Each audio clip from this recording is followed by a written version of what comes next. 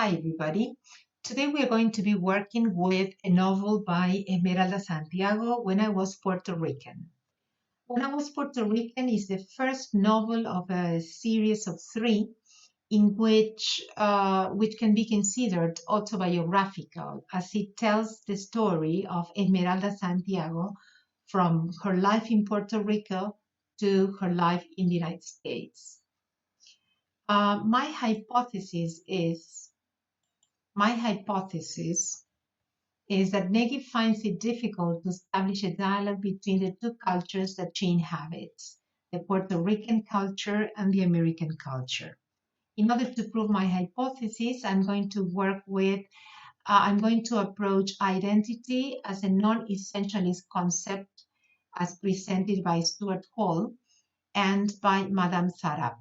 Stuart Hall discusses identity in terms of the Caribbean diaspora, whereas Madame Sarab discusses it in relation to the experience of the Indian immigrants. Even though both theorists work with different identities, I believe that what Stuart Hall and Madame Sarab discuss in relation to the Caribbean identity and to the Indian identity and their experience can be very well applied to the experience other ethnic groups experience when they move to a new country. As regards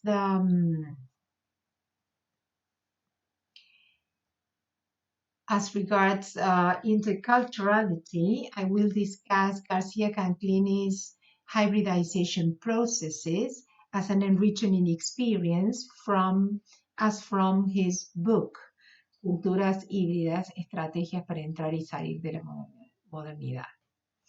Stuart Hall writes the essay Cultural Identity and Diaspora, and from a non-essentialist conception of identity, he defines it as a production which is never complete, always in process, and always constituted within and not outside representation.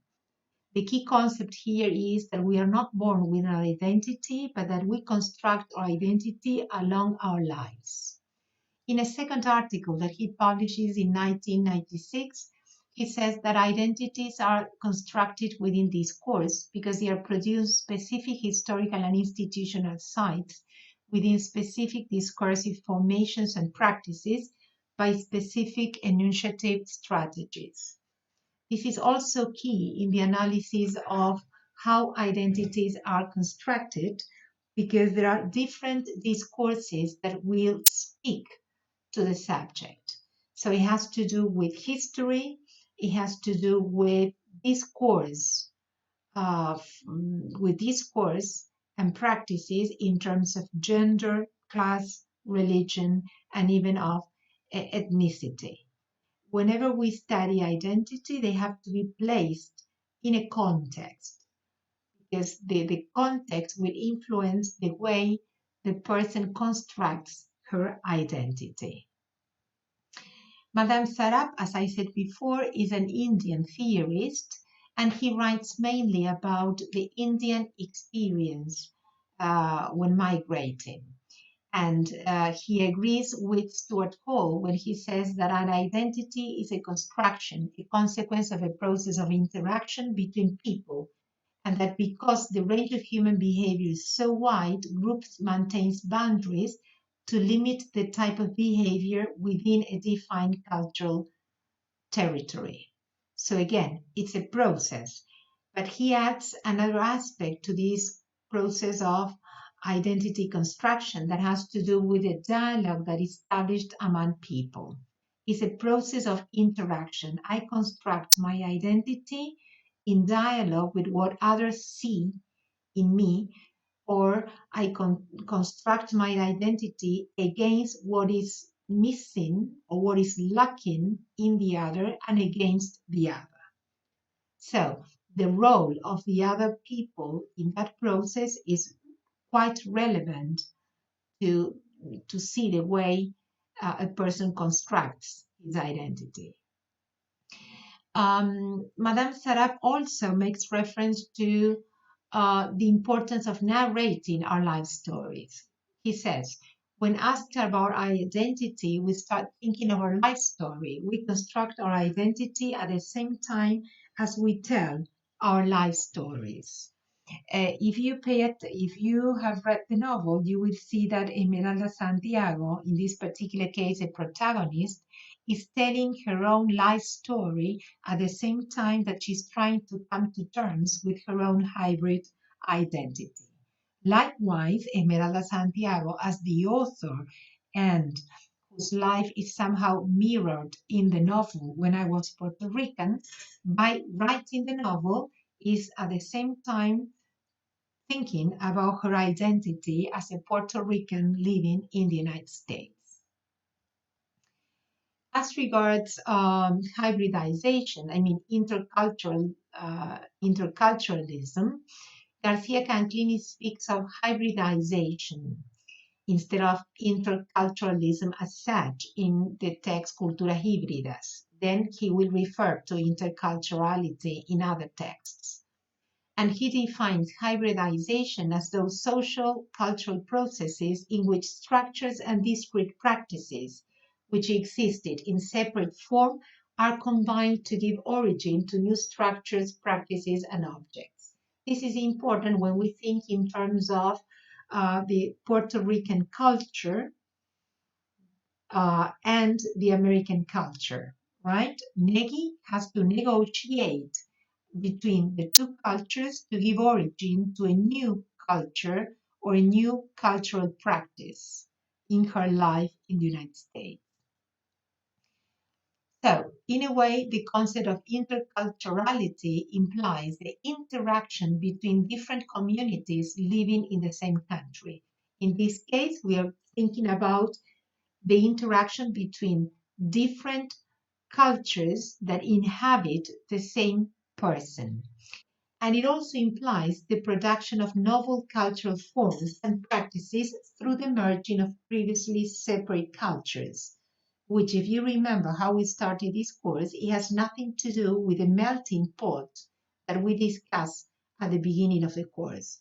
It's not a question of erasing all the differences and creating a new race, a new American race, but it has to do with keeping the differences and merging them to create a new culture. But Garcia Canclini will also say that there are differences or there are aspects of culture that do not lend themselves to be merged into one, that cannot be merged. And we will see that in the way Negi constructs her identity. So, which is the context of the novel? If you have read the novel or when you read it, you will see that Negi has been born in Puerto Rico and she has been relocated many times in her first 4 years of life uh, from the city in Puerto Rico to a rural area. Every time her parents face economic hardships, she's sent either to her grandparents or to an uncle to take care of them, while the mother tries to earn a living and make ends meet. Finally, when her parents separate, because Pablo, her father, refuses to marry Monin, her mother, Monin decides to move to Brooklyn and to take the children with her and start a new life there. There, Negi's grandmother has been living for a long time, and they have the idea that life in New York is much easier because the grandmother always regularly sends them packets with clothes and goods that she buys in the States. They are they are looking forward to move to New York to be able to have a better life like the life her grandmother is having. Um, so what does Puerto Rico and what does America mean for Negi? On the one hand, Puerto Rico has to do with the loss of territory because she leaves the island to go to live to the mainland. and she experiences nostalgia for the past on the island. When she arrives, she can only think about the sort of community life she had in Puerto Rico and the happy moments she spent there. Let's remember that she had a very good relationship with her father that we will discuss later in more depth. So she longs for the family life she had on the island, as well as for the relationship she had with her father. On the other hand, Brooklyn stands for security and certainty and for the possibility of having a better life. It is in the States that they can aim at achieving the American dream. And it is also in Brooklyn when Negi will reconnect herself to her past through writing her memoir. So, on the one hand, we have the Puerto Rico of her memories that she seems to remember only the good part of it and to have forgotten the sort of relationship her parents had. And on the other hand, we had Brooklyn as a strange place where she has to adapt herself, but at the same time with the promise of security, a better life, and the acquisition of the American dream. When thinking about constructing our identity, the role our other significance play is very important. In the case of Negi, not only the father but also the mother do play a significant role in the way she builds her identity as an immigrant, but also as a woman. The father has always been her mentor. Negi feels that they have shared the same love for poetry and knowledge, and it is with her father that she gets to know about sin, about love, and about discrimination. It is also her father, the one that will teach her what they mean when they say that the gringos are imperialists. And it is also the father that will bring her peace when she feels guilty for eating American food. She's afraid of becoming totally American. On the other hand, the relationship with her mother, sorry, now what happened? On the other hand, the relationship with her mother is associated with an early maturity. And it is also through her relationship with her mother that the gender roles for women are passed on her. And even though the mother did not have did not have a good life with her partner, with Negi's father, it is her the one that keeps Negi or wants Negi to comply to fit in those roles that are typical for women in Puerto Rico. When she teaches her, men could look at women any way they liked, but women could never look at men directly unless they were putas. Um,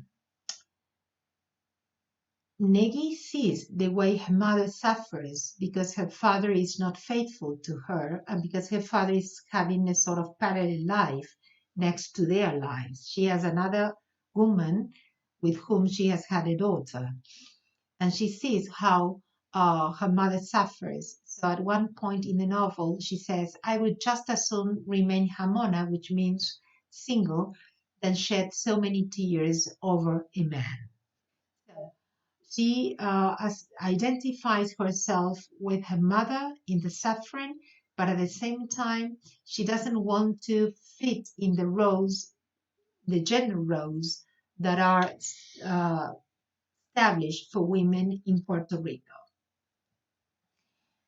Another important aspect to bear in mind when we think of identity construction is the role language plays. Gloria Anzaldúa, in her text Borderlands, La Fronteras, says that she cannot feel proud of herself until she feels proud of her language. And Negi experiences this, the same thing when starting to learn language. She realizes that um, language will give her the passport to the American dream and to be accepted in the American society. That's why, as soon as she arrives, she starts studying very hard because she doesn't want to be placed in those classrooms, in those classes that are for uh, ethnic minorities, because they are considered slow learners. And she says, by the fourth month in Brooklyn, I could read and write English much better than I could speak it. And at midterms, I stand the teachers by scoring high in English.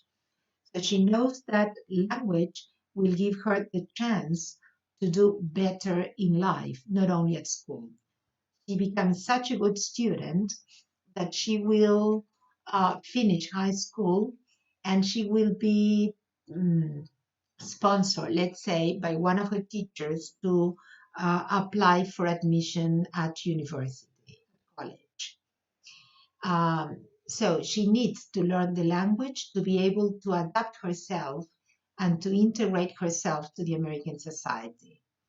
However, this dichotomy that she experiences in terms of belonging or not belonging between being American and being Puerto Rican, she realizes that being American is not just a language, because very often she feels disloyal for wanting to learn English or for liking pizza.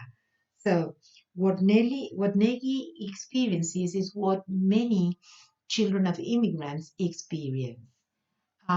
They feel as if they were traitors by learning the language of the new country and probably given up their mother tongue. In this case, Negi feels disloyal not only for wanting to learn English because she knows that this is her passport to a better life, but also for liking pizza. And this is a contradiction she will solve when she grows up, and that we see at the very beginning of the book when she talks about the guavas and the pears and apples. Um,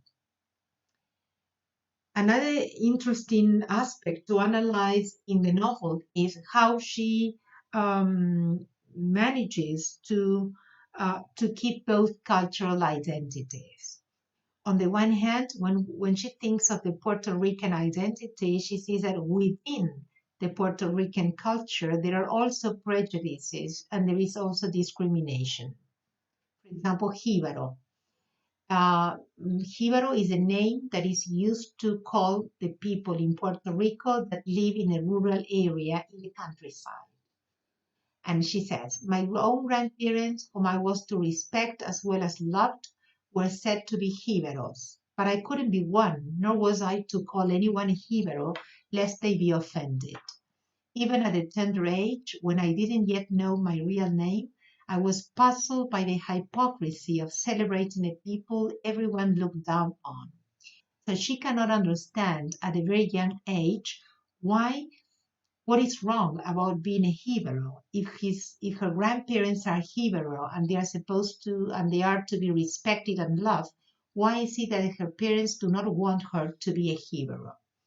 So the discrimination she experiences is not only in Puerto Rico but also in America as a Puerto Rican. When she thinks of culture identity, she also wants to differentiate herself from the gringo and from the Americanos because she remembers when she was a child and the Americanos went to Puerto Rican with help for the poor classes in Puerto Rico and they were given food and taught English and taught the history of the United States. She could hear people saying that that was imperialists. So she asked her father, who we said at the very beginning that was a sort of mentor for her, Papi, what's an imperialist? And he answered, they call Americanos imperialists, which means they want to change our country and our culture to be like theirs. This is what remains in Negi's mind, so much so that when she starts adopting some of the culture of the American culture, she feels guilty. She feels a traitor because she doesn't want the Americanos to change their country and their culture. That's why she feels of liking pizza and learning English. She also suffers discrimination. Remember that I said at the beginning of my presentation that we construct our identity in relation with the other. What is lacking in us, how we see the others, and how the others see us. So it's a dialogic construction. And she experiences discrimination when she arrives in Brooklyn. And she states in her book, in her memoir, there were two kinds of Puerto Ricans in school: the newly arrived, and like myself, and the ones born in Brooklyn on Puerto Rican parents. The two types didn't mix. The Brooklyn Puerto Ricans spoke English and often no Spanish at all. Then Puerto Rico was a place where their grandparents lived, a place they visited on school and summer vacations. Those of us for whom Puerto Rico was still a recent memory were also split into two groups: the ones who longed for the island and the ones who wanted to forget it as soon as possible. So there we can see that very often the experience of the first generation of immigrants is not the same as that of the second generation of immigrants. Those children from ethnic minorities that have been born in the States most of the time have mastered the English and have forgotten the Spanish or the language of origin. And they only think of the land of origin as a place where they go on holidays or where their relatives or grandparents live. Whereas those that had migrated when they were younger and they still have a sound memory, a recent memory of their place of origin, there are those that want to go back because they feel homesick, but there are also others that want to forget it because they do not remember a good experience. So they are, in a way, they wade into the nostalgia of a better past in which they only remember the good things, or they need to forget about that past to integrate more easily in the new culture. So, at what point do we see Negi by the end of the book? Um, Even though this is at the beginning, because she starts the book telling retrospectively her story. She says, "Today I stand before a stack of dark green guavas, each perfectly round and hard, each $1.59. The one in my hand is tempting. It smells faintly of summer afternoons and hopscotch under the mango tree." So there we see the role the past plays in Negi. The guavas are tropical fruits that are typical of the Caribbean area or the northern part of South America. And the guavas symbolize her childhood and symbolize everything good that she remembers about Puerto Rico: the games, the summer afternoons under the mango tree. But then immediately afterwards, she says, "But this is autumn in New York, and I'm no longer a child. I push my cart away toward the apples and pears of my adulthood. They're nearly seedless, predictable, and bittersweet." She has grown up. She's no longer a child. And now she chooses the apples and pears, which are symbols of the new country of adoption, which are the symbols of America. Now I choose America because America stands for me, the adulthood. It stands for my adulthood, for what is predictable, but at the same time for what is bittersweet, because there are good experiences as well as bad experiences. But she has grown up. So even though this is found at the beginning of a text, it makes reference to the present time when Negi has grown up into an adult. She's already 14, and she realizes that she's inhabited by the guavas and the apples and pears. But at this time in her life, he chooses the apples and pears, even if it means, even if they are bittersweet.